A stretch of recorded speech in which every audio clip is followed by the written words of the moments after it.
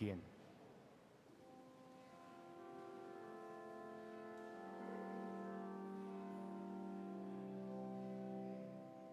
Jien se nagħtikom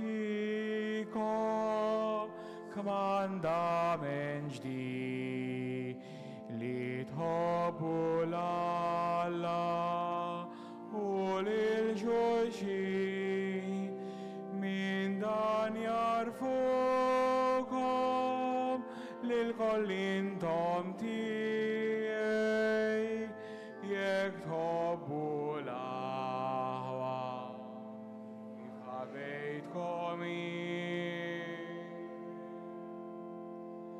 waslet is-sija missier qadi biex inti seba lill-liben tiegħek għax din il-ħajja li jarfu l-koll ilek biex dawn li tajtni jgħixu il-koll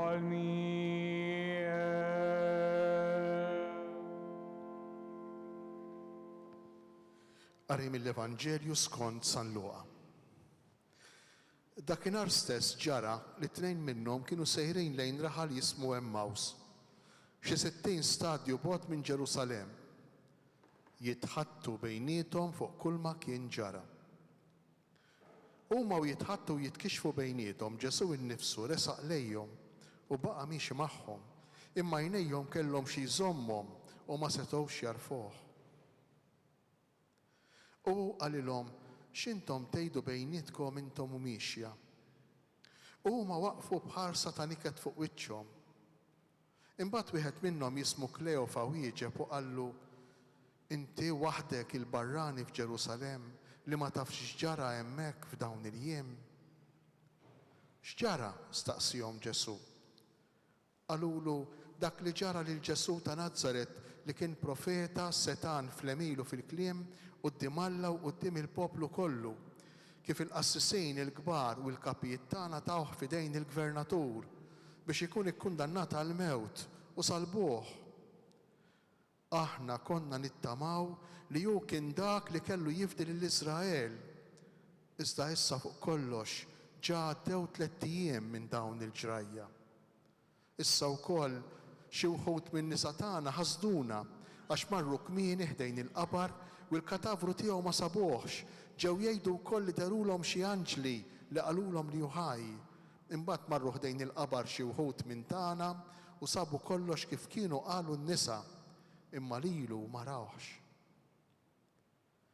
Qalilhom Ġesu, kemm intom boloħ u tqal biex temnu kull ma qalu l-profeti. U ma kellux il-Messija jbati dan kollu u hekk jidħol fil-glorja tiegħu u beda minn Mosè u l-profeti kollha ifissrilhom kull ma kien hemm fl-Iskrittura fuqu. Meta qorbu lejn ir-raħal fejn kienu sejrin u għamel ta' birruħu li hu kien se jibqa' sejjer aktar il-bogħod. Iżda huma ġeluh jibqa' magħhom u qalulu ibqa' magħna għax issa sar ħafna ħin u l-jum ġa wasal biex jintemm. Imbagħad daħal biex joqgħod magħhom.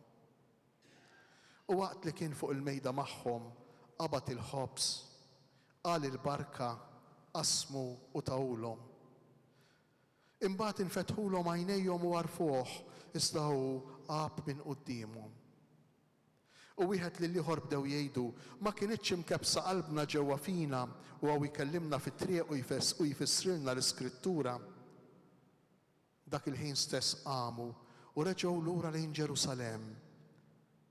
Hemm sabu l-11 u lil sħabhom miġbura flimkien u dawn qalulhom il-mulej qam tassew u der lil xmon. U huma wkoll tarfulhom x'kien ġralhom fit-triq u kif għarfuh fil-qsim tal-ħobż. Il-kelma tal-mulej.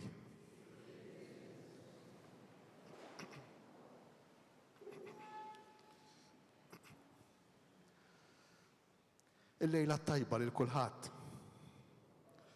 Jien ma nafx indunajtux din is-silta nafuha bl-amment. Imma ma nafx nindunawx li kull darba li naqrawha aħna nkunu qegħdin niddeskrivu nimxu pass wieħed wara l-ieħor tafu ma xiex mal-Qudiesa. Mal-Qudiesa. Għandna rakkont dettaljat tal-Qudiesa.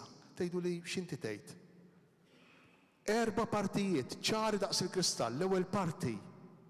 Il-parti tal-eżami tal-kuxjenza, meta s-saċerdot jibda l-Qudiesa jrott is-salib, jagħmel it-tislima, imbagħad jgħid lil kulħadd ejjew narfu ħtijietna. L-ewwel parti. Għandna d-dixxipli ta' Emmaus jitkellmu ma' Ġesu fuq dak li ġralhom, fuq l-istorja tagħhom, fuq dak li kienu jħossu, fuq dak li kienu jaħsbu. Ejjew narfu minn aħna. Ejjew narfu bħalissa f'liema sitwazzjoni ninsabu il-bidu tal-Qudiesa. Imbagħad wara li rrakkuntawlu, Ġesu x'jagħmel? Jieħu l-par fidejh, jibda jitkellemu u l-Vanġelu jgħidilna beda ifissrilhom dak kollu li l-Iskrittura kienet tgħid fuqhom ibda minn Mosè u l-Profeti. U aħna x'nagħmlu wara li nagħmlu l-eżami tal-kuxjenza u s-saċerdot jgħid nitolbu x'jiġri dak il-ħin.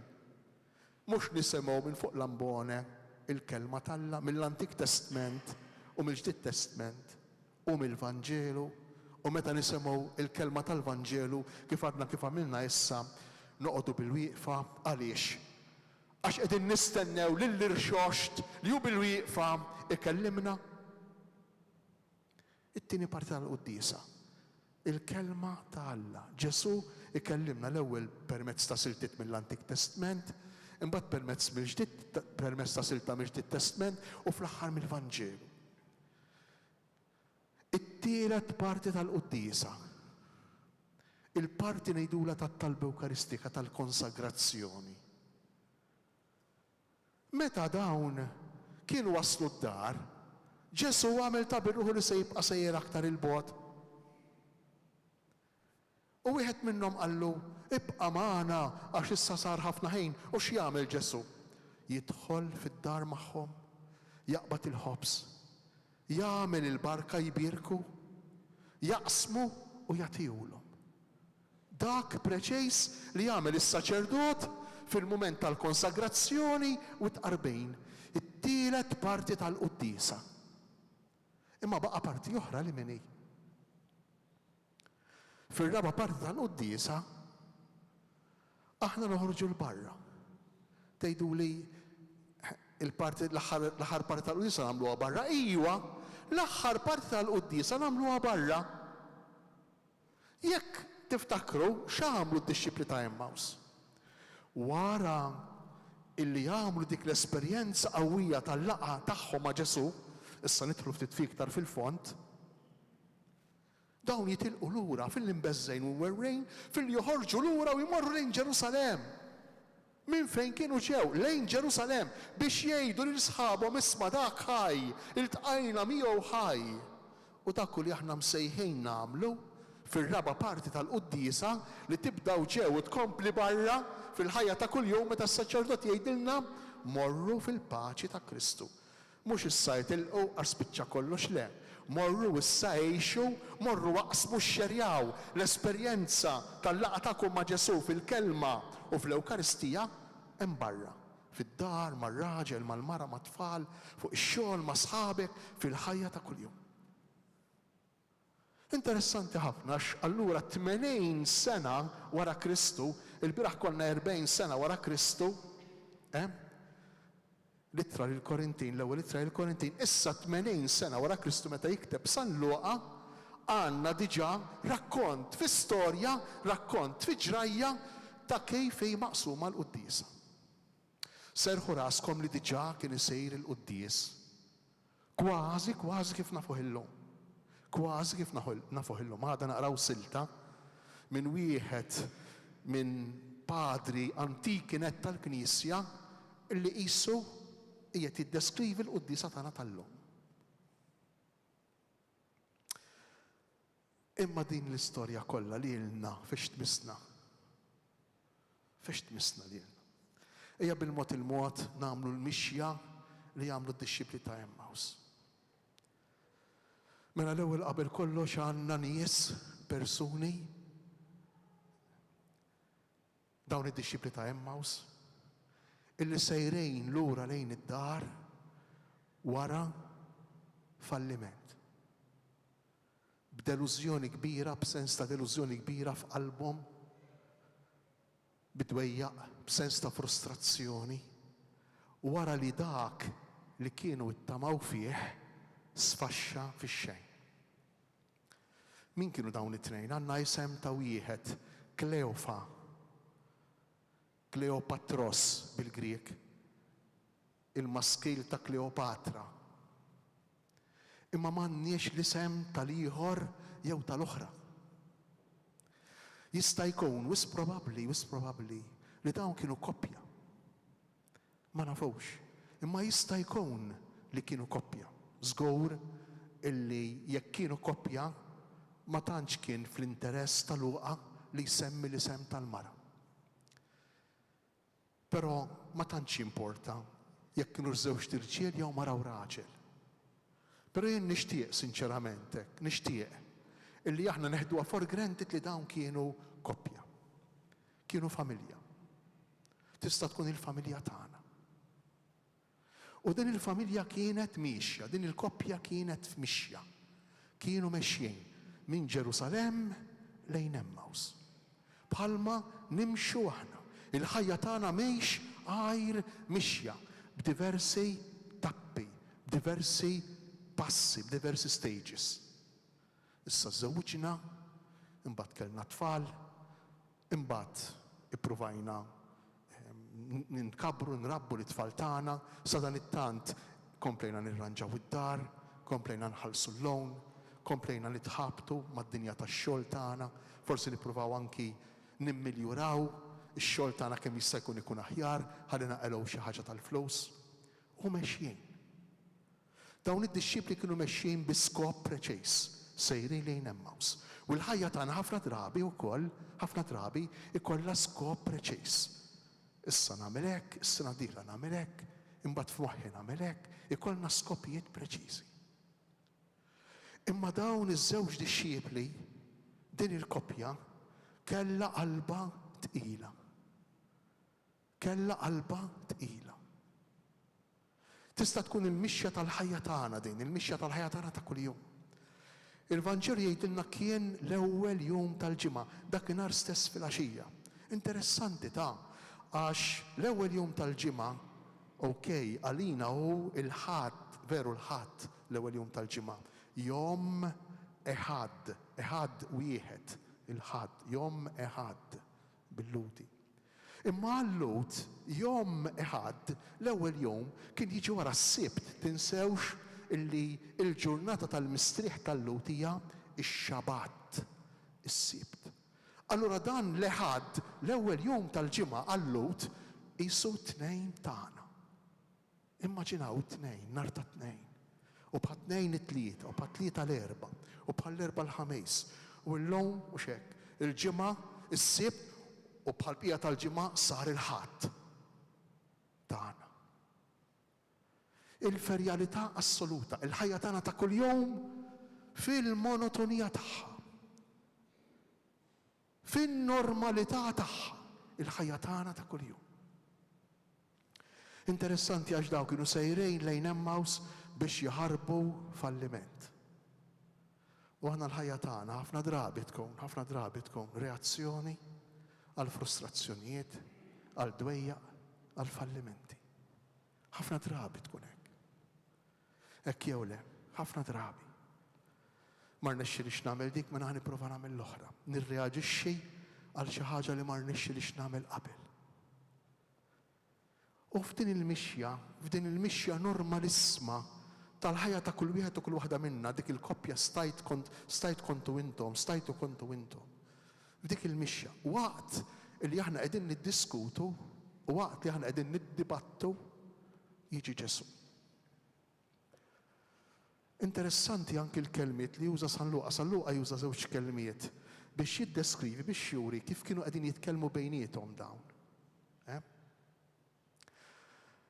Mela, bil-Malti qiegħda jitħattu u jiddiskutu bejniethom. Kieku jkollna mmorru għall-oriġinal huma wisq iktar qawwijin, jitħattu qiegħda traduzzjoni għall-kelma jippritkaw il-xulxejn, iwissu lil xulxejn. Anzi hemm il-kelma bil-Griek omilon, tfakkarna fil-kelma omelija, omilon. Ġifieri daw min jaf il-ħin kollu kienu qegħdin nisma' għax int messek għamilt hekk, għax int messek tagħmel hekk, għax inti kif m'għamilx hekk, iwissu lil forsi ta' kirxu ma tagħmluhomx dawn l-affarijiet fil-koppji ta' bejn fil-koppji tagħna. Kienu għaddejjin dawn il-ħin kollu interessanti.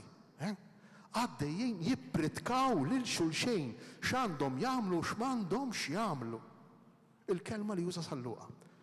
Imbagħad Ġesu, meta jidħolu fil-mistoqsija li għamlilhom, x'intom tgħidu tiddiskutu bejnietkom. Juża kelma iktar qawwija Ġesu.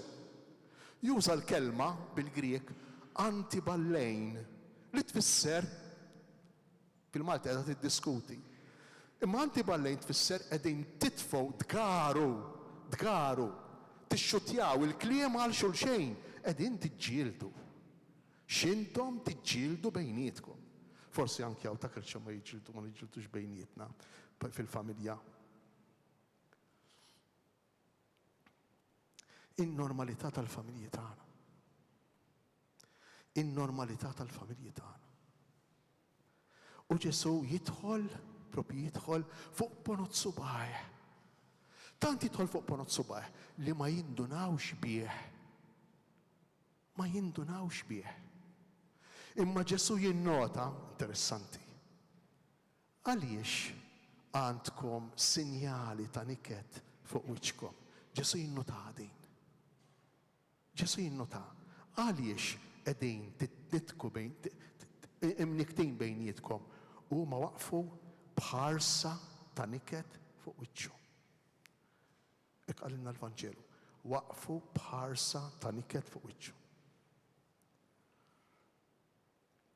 Meta aħna jkollna l-problemi u jgħiduli veru jiġrilni xekk, meta jkollna l-problemi, it-tendenza tagħna xi tkun li ningħalqu. Dan biżżejjed ikollok sinna jew darsa tuġek. Ma jkollok moħħ ħadd. Hekk jew le, kif ikollna diffikultà aħna mill-ewwel ningħalqu. U Ġesu jafa din. Imma Ġesu jkun hemm anki jekk aħna ma nindunawx bih, anki jekk aħna ma narfuhx. Ġesu jidħol fuq ponot subaħ f'din il-mixja tan-normalità tal-ħajja tagħna. Kif kien preżenti fil-mixja ta' dawn iż-żewġ dixxipli ta' din il-koppja. U meta Ġesu jidħol f'nofs din il-koppja permezz tal-kelma tiegħu, kważi qed ngħidu allura l-eżami tal-kuxjenza. L-eżami tal-kuxjenza. Ħafna drabi meta niġu l-Knisja, dar ikun jgħidu nisma' meta ħatmur titlob, insa l-problemi kollha li għandek. Le, żbaljata. Meta ħatmur il-Knisja tinsa kollox. Le. U ġieli ngħidu aħna, ma ħammur fejn ngħid kelma ma dak jew ma dik forsi ninsa mill-problemi. Meta tiġi l-Knisja però, tiġġejb lilek innifsek kif jent kollok kemm jent, b'dak li jent. Bħadd ix-xieb li ta' Emmaus, b'dak li jent. Bil-problemi bid-diffikultajiet kollha tal-familja tiegħek, b'dak li jent. Għax Alla lilek irid ikellem, Ġesu fuq daw id-diffikultajiet irid ikellmek. Ġesu f'din is-sitwazzjoni li inti għaddej minnha bħalissa jixtieq isalvak. Meta nħalluhom id-dar il-problemi tagħna, meta ma naħsbux fuqhom għax issa ġejna l-Knisja u naħsbu fuq affarijiet oħra. Jew meta l-pritka ma tkunx interessanti noqogħdu nħarsu lejn il-pittura, jew niflu ħaġa jew oħra. Almenu ma naħlu xejn tagħmlu sewwa jiġifieri. Imma le, aħna msejħin biex meta niġu bil-persuna kollha kemm hi tagħna. U għalhekk fil-bidu tal-Qudisa ngħidu imma jien fejn qiegħed, jien fejn jien. Jien f'liema sitwazzjoni qiegħed qalbi fejni, moħħi fejnu, x'inhu jtaqqalni, x'inhu jserraħni, x'inhu jagħtini gost, x'inhu jagħtini konsolazzjoni bħalissa, imma x'inhu jinkwetani. Li min huma l-persuni li bħalissa kieku nixtieq ngħidilhom kelma, x'nixtieq ngħidilhom. Sa dan veru ma tistax tagħmlu f'dik is-sekonda illi dik iċ-ċans is-saċerdot meta jgħidlek hu tiegħu narfu ħtijietna. Ħafna drabi jibda mill-ewwel nistqar l-Alla. Ma dak hu l-iskop, hu tiegħu narfu ħtijietna. Jien f'liema sitwazzjoni qiegħed, f'liema pożizzjoni qiegħed, għaliex għax Alla jrid ikellem lili. Dik il-kelma tal-Alla li se nisma' wara, dik trid tkellemni fuq dak li għaddej minnu. Kemm tkun interessanti kieku hekk il-qudiesa, kemm tkun inqas boring il-kelma tal-Alla. Kieku jien nidħol b'din id-dispożizzjoni għalija. U Ġesu jidħol fuq ponot subaħ, kif jidħol fil-ħajja tagħna. U l-ewwel li jgħidilhom Ġesu interessanti. Ġesu, ma kemm kien bniedem kbir Ġesu. Kemm kien bniedem kbir. L-ewwel ħaġa li jgħidilhom Ġesu x'inhi? Mhux jagħtihom soluzzjoni. Huma jistaqsu l-mistoqsi, inti waħdek il-barrani li ma tafx ġara f'Ġerusalemm? U kif jirrispondihom? B'mistoqsija, x'ġara? Ejduli x'ġara. Kemm hi sabiħa. Ġesu din jagħmilha kemm il-darba fil-Vanġelu. Meta jekk tiftakru dak ir-raġel żagħżugħani mar jiġri fuq qallu Mgħallem tajjeb, x'għandi nagħmel biex nikseb il-ħajja ta' dejjem? X'qallu Ġesu ma taħx risposta, mistoqsija. Għaliex sejjaħt li tajjeb? Imbagħad jerġa', inti l-kmandamenti tafhom, mistoqsija. Meta dak ir-raġel għaref kittib tal-liġi mar fejn Ġesu biex jitolbu parir fuq minnu l-proxmu tiegħu. Ġesu x'qallu? Qallu, inti taf x'tgħid il-liġi? U meta rrispondih, ħobb il-mulejja alla tiegħek b'qalbek kollha. Ġesu jerġa' mistoqsija oħra. Taf minnu l-proxmu tiegħek? Għaliex? Ejja nippruvaw nirriflettu ftit għax din inħossha importanti ħafna għalina l-kull wieħed u kull waħda minna. Għax għal Ġesu jint importanti jint. Mhux aħna maħniex għal Ġesu, aħna maħniex fotokopista xulxejn. Allura kull ma jgħidu għal kulħadd, le, Ġesu jinteressa ruħu fik individwalment. Ġesu irid ikellem lilek, lil kull wieħed u lil kull waħda minna b'mod individwali, b'mod personali. Għal Ġesu il-ħajja tiegħek, l-esperjenza tiegħek, l-emozzjonijiet tiegħek, is-sitwazzjoni li għaddej minna għandha valur. U ma jibqax għaddej minn fuq, għajlek, anzi, u jkompli jgħinek lilek, ikompli jgħinek tirrifletti u toħroġ minn ġo fik dak li jien tassew bħalissa f'dak il-mument.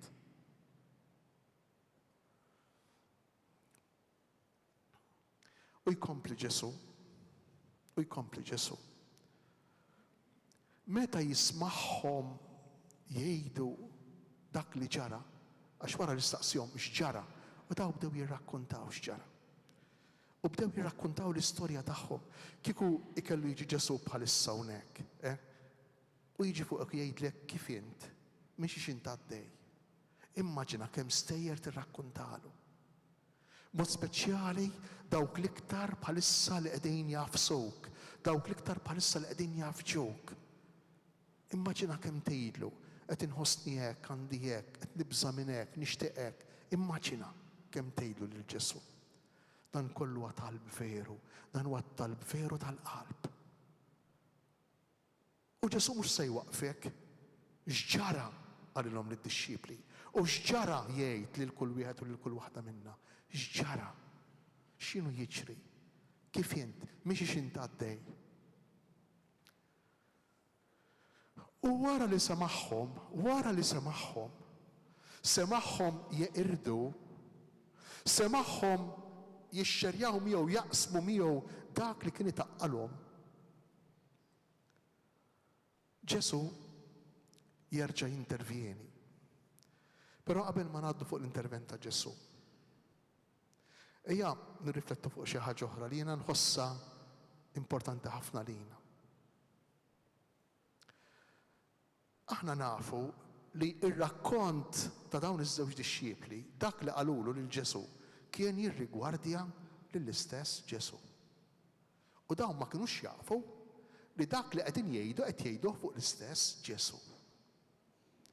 Hija s-sitwazzjoni tagħna. X'għandu x'jaqsam Ġesu mat-tifel tiegħi li ma rridx jistudja? X'għandu x'jaqsam Ġesu mar-raġel tiegħi li qed nibża li qed jaqlibieli? X'għandu x'jaqsam u żgur li għandu x'jaqsam. Bad-dixxiepli ta' Emma u simma nitkellmu fuq Ġesu ma' Ġesu u ma nafux li huwa l-istess ħaġa. Hekk jiġrilna. Hekk jiġrilna. Ma nafux li dak li aħna qiegħed jinkwetana huwa l-istess Ġesu, huwa Ġesu, huwa fuq Ġesu. Ninsewa, niddistakkaw, naqtewhom bħalli kieku dinja affarijiet tiegħi, imbagħad Ġesu għandu problemi oħrajn. Le. U bħalma jagħmel lid-dixxiepli ta' Emmaus jagħmel lilna, jgħidilhom mbagħad iqum fuq tiegħu wara li jismagħhom, u jagħtihom il-ħin, Ġesu jagħtihom il-ħin lid-dixxiepli, jagħtihom ħafna ħin biex ikunu huma biex jitkellmu huma. Jgħidilhom kemm intom isemgħuha boloħ u tqal biex temnu. Dak li qalu l-profeti. Kemm intom boloħ. Meta jgħidilhom kemm intom boloħ, qed jgħidilhom intom ma tirraġunawx, intom m'għandkomx sens. Mhux kwistjoni ta' fidi, Intom moħħkom intom x'tħadmuh, qed jgħidilhom Ġesu. U hekk jgħid lili, hekk jgħid lilna. Issa naraw għaliex. U jkompli kemm intom boloħ u tqal biex temnu. U sintendi, jekk ma nħadmux moħħna, ħadkun iktar komplikata biex nemnu. Biex ikollna l-fidi. Għaliex? Ejja nippruvaw nifhmu dejn il-lejla. Kull ġrajja li tiġrilna, aħna nistgħu ninterpretawha biktar minn mod wieħed. U dan jiġrilna. Ħanġibu eżempju sempliċi ħalli niftehmu. Pereżempju jmut xi ħadd anzjan wara marda twila. Min jinterpretaw jgħid, anki ta' ġewwa stess, jgħid ajmaller wieħed strieħ. Kemm kien qiegħed ibati strieħ. Striħu u striħajn aħna. Dik hija interpretazzjoni. Hekk jew le. Imma imbagħad jista' jkun hemm interpretazzjonijiet oħrajn. Pereżempju, kemm ħanimmissjali din il-persuna xi ħadd ieħor. Għalih l-iktar ħaġa importanti tkun kif se ngħix mingħajrha. Kemm se jinqal ankwiet bejn l-uliet għax issa din il-persuna. Dawn kollha interpretazzjonijiet differenti kollha kemm huma tal-istess ġrajja. Hemm biċċa minnhom pożittivi ħafna, biċċa minnhom newtrali u biċċa minnhom negattivi ħafna. U kull ġrajja li tiġri fil-ħajja tagħna aħna nagħtuha interpretazzjoni. Liema kienet l-interpretazzjoni illi d-dixxiepli ta' Emmaus jagħtu lil ġrajja li preċejsek ġrat dan bata, miet qatluh fuq salib, tajjeb, imbagħad marru n-nisa tagħna qed jgħidu lil Ġesu, filgħodu ħdejn il-qabar sabuh vojt, derulhom xi anġli u qalulhom li hu ħaj. Imma daw dik l-interpretazzjoni li qalulhom li hu ħaj ma laqtitx il-qalb tagħhom. Għalihom dik l-interpretazzjoni ma kinitx vera, ma kinitx minnha. Ma waslitx saċ-ċentru tal-persuna tagħhom. Imma waslet biss interpretazzjoni oħra. Forsi setgħu ħasbu bħalma ħasbet il-Madalena, jekk tiftakru fil-Vanġelu ta' San Ġwan, interpretazzjoni tal-qabar vojt, ġie l-ġennien u serqu u ħadu.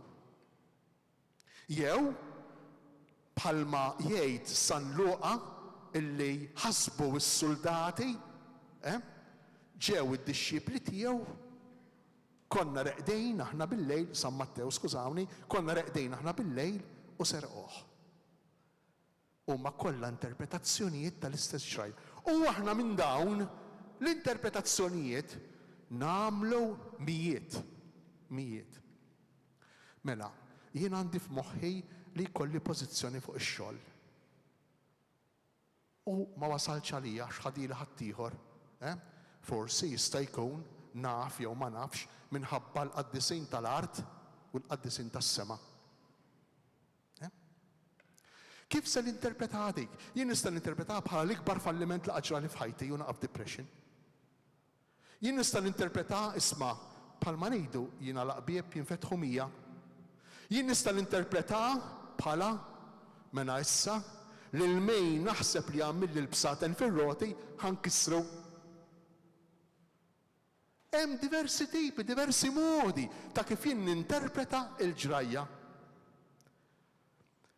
U Ġesu irejt lilna lil kull wieħed u kull waħda minna illi fl-interpretazzjoni tal-ġrajiet tal-ħajja tagħna nemmnu iktar li hu irxuxtat, li hu ħaj. Għax ħafna drabi u qiegħed ħaj ma' ġembna, qiegħed jitkellem magħna, qiegħed ikellimna u aħna naġixxu bħalli kieku lilu serquh, bħalli kieku hu mejjed u spiċċa u ma jeżistejx. L-interpretazzjoni li nagħtu lil ġrajiet tal-ħajja tagħna huma preċiż bħal dawn is-żewġ dixxiepli. Ġew in-nisa qalulna li ħaduh, qalulna li mhux hemm mela ħaduh. U ma waslux huma biex jemmnu illi fil-fatt kien qam. U Ġesu x'jagħmel? Ġesu jibda jfissrilhom l-Iskrittura kemm intom boloħ ma tirraġunawx għax l-interpretazzjoni tagħkom hi waħda naraw bħal ħmejra, mhux hekk bil-maska bħal ħmej. U l-affarijiet kif narawhom jien biss, ara ma tiġix tgħidli xi ħaġa oħra int, għax kif narawhom jien biss. U fil-fatt mhux veru hekk. Jekk hawn dan il-leġiju hawnhekk, intom qed taraw id-dar, jien id-dar minix narah. Il-ktieb intom x'taraw li hawn fuqu. Intom qed taraw il-ktieb mill-ġenb u intom l-istess, imma l-interpretazzjonijiet tagħna kollha kemm aħna jistgħu jagħtuna idea sħiħa ta' dan il-leġiju.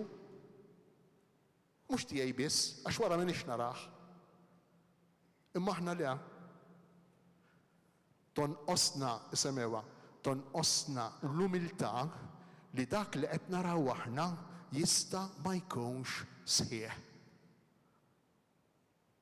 Dan jiġri fir-relazzjoni bejn il-miżżewġejn, fl-idea ta' kif se nrabbu t-tfal. Dan jiġri pereżempju bejn l-aħwa fejn jidħlu kwistjonijiet serji ta' proprjetà jew wirt mal-ġenituri. Nistgħu nibqgħu sejrejn. Ġesu llejla qed jgħidilna nisma'. Fl-interpretazzjoni tagħkom tinsewx verità kbira li jien il-xuxtat, li jiena mqajjem.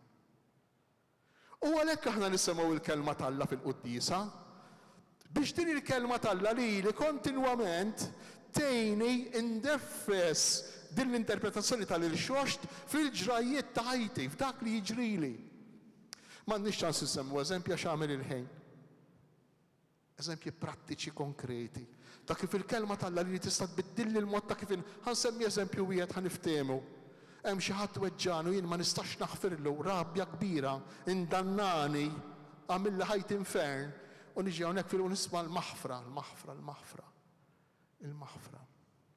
U jiena nipprova ngħid iva, ħanipprova nċedi ftit, ħanipprova nara ftit, ħanipprova nħares lejn il-ħaġa kif jara Kristu rxox, Kristu mqajjem. U nara x'jiġri. Issa semmejt eżempju wieħed nistgħu nsemmu miljuni ta' eżempji. Meta daw semgħu lil Ġesu ikellimhom b'dan il-mod. Sissa kienu għadhom għaddejjin ħarir, però żgur illi l-mowt tagħhom mingħajr ma ndunaw kienet qed tinbidel. Qed tinbidel, x'differenza hu jekk jien mit missieri jew mit ħija jew mit toħti.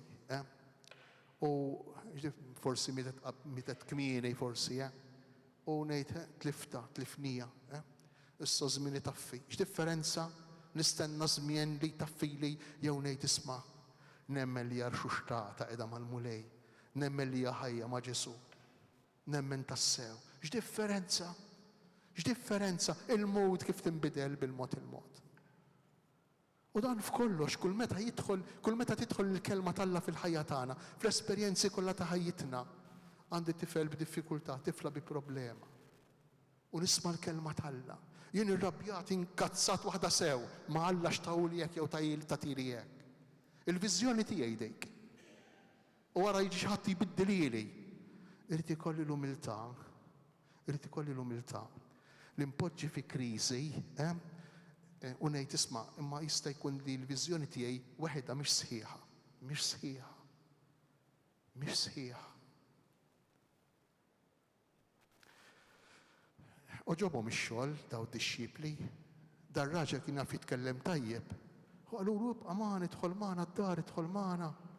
Sar ħafna ħin idħol magħna laqgħuh. U hemmhekk dan qasam magħhom il-ħobs.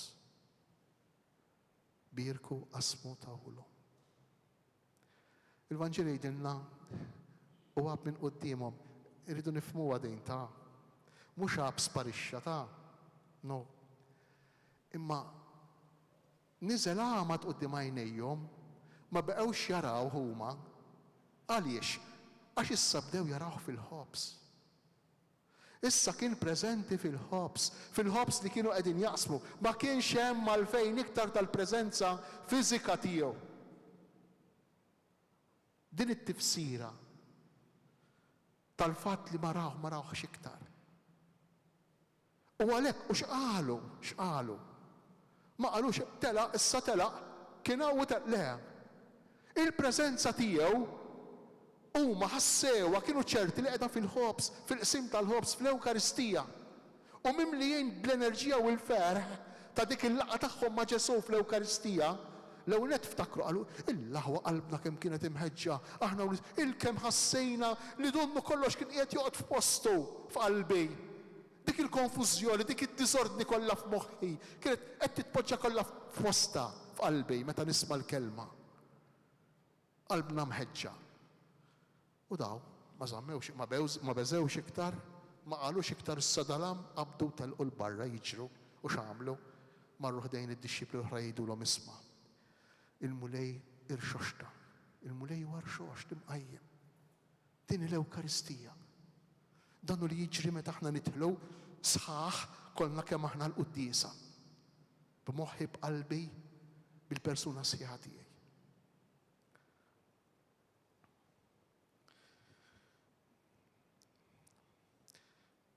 Ma jimpurtax għamel il-ħin illum. Ġesu qiegħed magħna hawnhekk, tinkwetaw xiġifieri mhux se nagħmlu espożizzjoni, ma jimpurtax biex ma ntawlux. Qiegħed magħna hawnhekk preżenti. Però ħanagħtu ftit ħin biex bl-istess ħin issir il-ġabra għas-seminarju u x'hekk li kellimnikom fuq għall-bieraħ. Is-seminarju veru jiena forsi l-inqas persuna li nista' nitkellem u nista' nistedinkom biex tagħtu, forsi l-inqas persuna adattata. Aħna nippruvaw nagħmlu l-ħila tagħna kollha kemm hi bis-superjuri li hemm biex ikollna saċerdoti umanament maturi u spiritwalment bis-sens, spiritwalment iħobbu lil Alla. Grazzi mill-qalb ta' kull donazzjoni li ser tagħtu. Wara l-ġabra imbagħad nagħmlu innu flimkien u nistgħu mmorru lejn id-dar biex nagħlqu il-laqgħa tagħna u mmorru lejn id-dar. Grazzi.